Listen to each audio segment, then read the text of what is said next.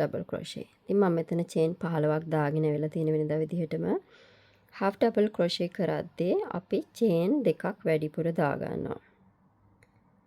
ඔයාලට මතක ඇති single crochet එකට අපි දාගත්තේ එක chain එකයි වැඩිපුර ඒකේ උස ගන්න. මෙතනදී අපි half double crochet වලට chain දෙකක් දාගන්නවා.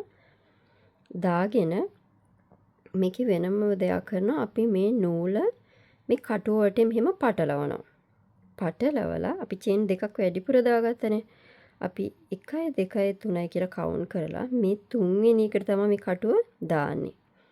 ඔයාලට පුරුදු නැත්තම් මෙහෙම ඇඟිල්ල තියලා මෙතනින් අල්ලගන්න. එතකොට මේ නූල පනින්නේ නැහැ.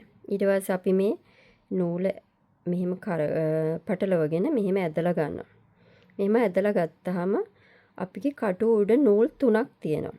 අපි මේ නූල් 3ම මෙහෙම නූල පටලවලා අරගෙන මේ නූල් 3ම අතාරින්න ඕන. මේක half double crochet. අපි ආයෙත් බලමු මෙහෙම පටලව ගත්තා. මේ කටුව ඇතුලෙන් දාගත්තා. මෙහෙම ඇදලා ගත්තා. දැන් ඔන්න half double crochet එකක් දැම්මා.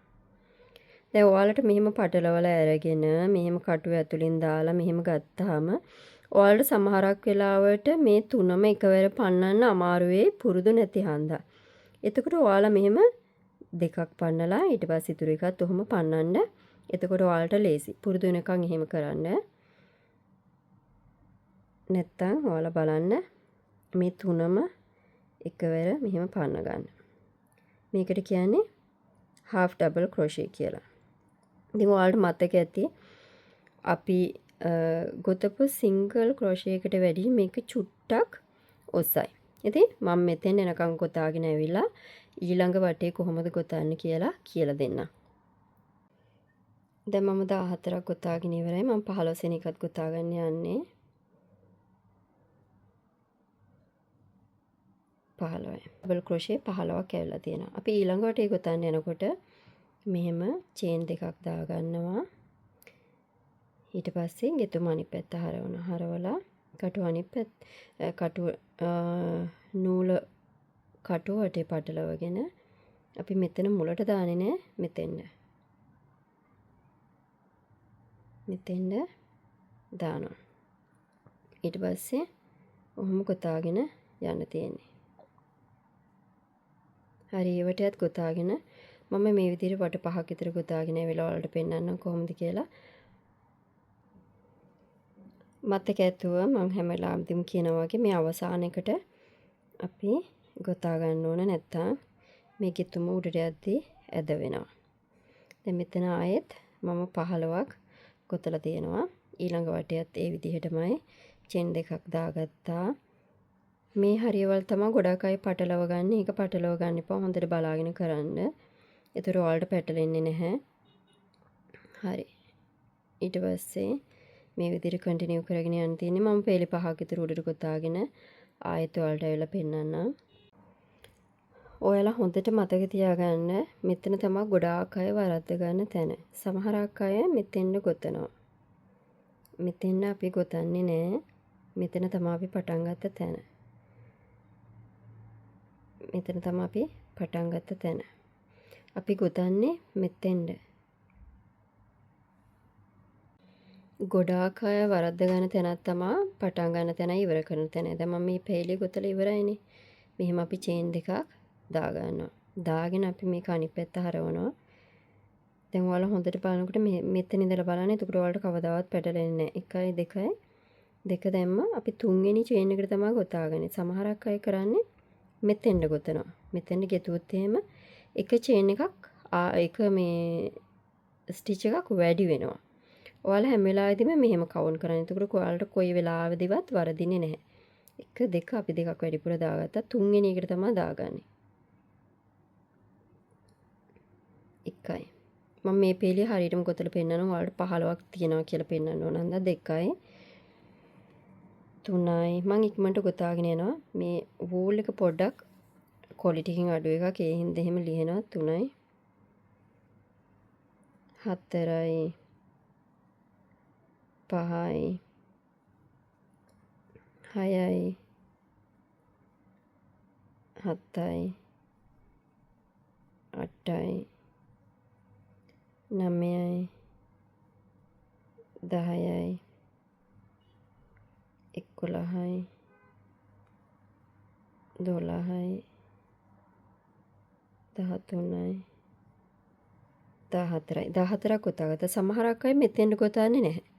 ඊට පස්සේ ආයෙ මිස් වෙනවා අපිට හරියට කීයක් ගොතලා තියෙනවද කියලා. මේ අවසානයේකට අනිවාර්යයෙන්ම ගොතන්න ඕනේ. එහෙම ගෙතුවේ නැත්තම් මේක හරියට කෙලින් තියෙන්නෙත් නැහැ. අනික සමහරක් අය කරන්නේ මෙතන නූල් පොටවල් එකකට විතරයි දාන්නේ. මෙතන දෙකක් තියෙනවානේ හැම වෙලෙම මේ V shape එක වගේ ඔයාලට පේනවා. මේ දෙකක් තියෙනවා නූල් පොටවල. ඒ දෙකම අනිවාර්යෙන් අල්ලගන්න ඕන. ගොඩක් අය කරන වැරද්දක් තමයි මේ අවසානයේදී අල්ලගන්නේ එක පොටයි.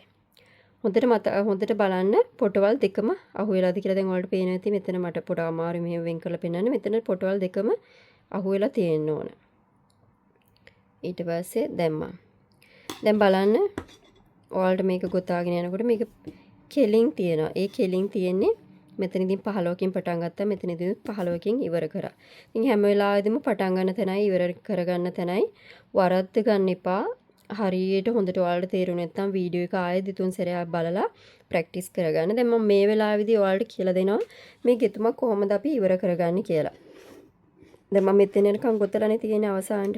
ඊට පස්සේ අපි කරන්නේ මේ නූල විතරක් පටලවගෙන මේ කොහෙන්වත් දාන්නේ නැහැ.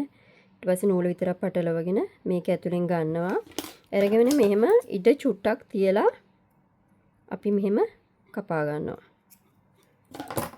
කපාගෙන මේක මෙහෙම ඇදලා දානවා. ඇදලා දාලා මේ නූල චුට්ටක් තද කරගන්න. මෙහෙම තමයි අපි ගෙතුමක් අවසන් කරන්නේ.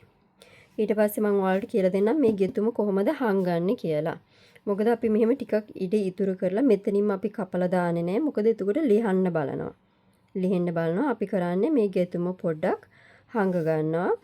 දැන් මේ ගෙතුමක හැම වෙලාවෙදිම හොඳ පිටපැත්තකුයි කන පිටපැත්තකුයි තියෙනවා. ඔයාලා දකුණු අතට හුරු කෙනෙක් නම් ඔයාලා පටන් ගත්තේ මේ ටේල් එකේ ඉන්නේ. මේ නූලෙන් තමයි පටන් ගත්තේ. ඒ නූල හැම වෙලාවෙදිම වම් අත පැත්තට එන්න ඕන. දැන් ඔයාලට පේනවා මේ පැත්ත බැලුවොත් එහෙම පොඩ්ඩක් එච්චර නීට් නැහැ. හැබැයි මේ පැත්ත ගොඩක් නීට්. මේ තමයි හොඳ පැත්ත. මේ තමයි ගෙතුමක කන පිට පැත්ත. ඉතින් ඔයාලට වරදිනවා නම් එහෙම ඉක්මනට ගෙතුමට හුරු නැති හින්දා බලලා අඳුර ගන්න අමාරු කෙනෙකුට පුළුවන්. මෙහෙම ගෙතුම මේ ගෙතුම පටන් ගත්ත තැන වම් අත පැත්තට තියපුවාම ඒක තමයි අපේ ගෙතුමේ හොඳ පැත්ත. මම ඉනිදි කට්ටක් අරගෙන ආවිලා පෙන්නන්නම් කොහොමද මේක අපි හංගව ගන්න කියලා.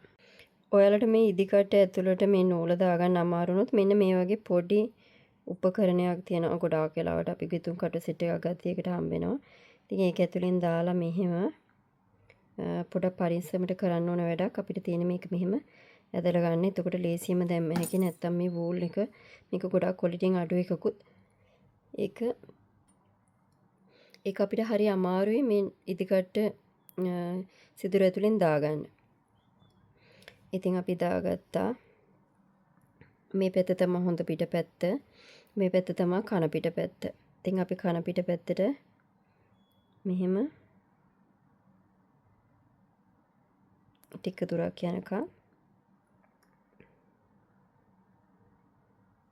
අපි බොරු නූල් අදින්නේ. ඒ වගේ මේක තනින් තැනට ඇදගෙන යනවා. ඇදගෙන ගිහිල්ලා මේ නූල පරිස්සමට ඇදලා ගන්න. ඇදලා අරගෙන මෙන් හදන්න. හදලා ඉවරලා අපි මේ වැඩිපුර තියෙන නූල කපලා දානවා. අගලක් දෙකක් දිගට නූල ඇදගත්තාම හොඳටම ඇති. දැන් මේ විදිහට ඔයාලට මේ පැටර්න් එකකිනුත් ෂෝල් එකක් එහෙම ගොතන්න පුළුවන්. මේ half double crochet එක මේ අපි කලින් ගොතාගත්ත single crochet එක. ඉතින් මේ single crochet එකට වැඩිය half double crochet එක චුට්ටක් උසින් වැඩි. මේ තමයි අපි කලින් ගොතාගත්ත chain එක. මේක single crochet එක. මේක half double crochet එක. දැන් ඔයාලට පේනවා මේ වගේ වෙනස. මේකට වැඩිය මේක චුට්ටක් උසයි. මේ තමයි ඒකේ මම 3-4ක් වට 3-4ක් ගොතාගත්ත ඒවා ටික. ඊට පස්සේ අපි ඩබල් ක්‍රොෂේ කොහොමද ගොතන්නේ කියලා ඊළඟ පාඩමේදී බලමු. එතකන් ගිහින් එන්න. සුබ දවසක්.